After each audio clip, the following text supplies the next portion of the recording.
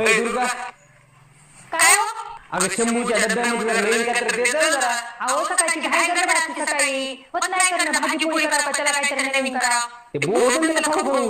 बरं आज देते काहीतरी करून. हो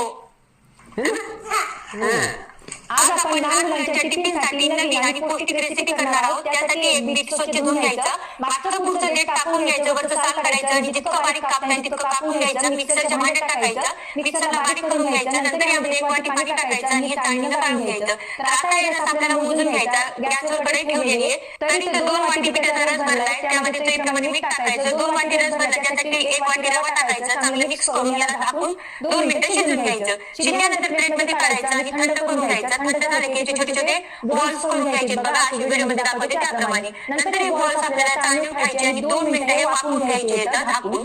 2 मिनिटांनंतर कांदे उतरून घ्यायचे. त्याला फोडणी देऊन घेऊया. कढईत तेल टाकले, जिरे मोहरी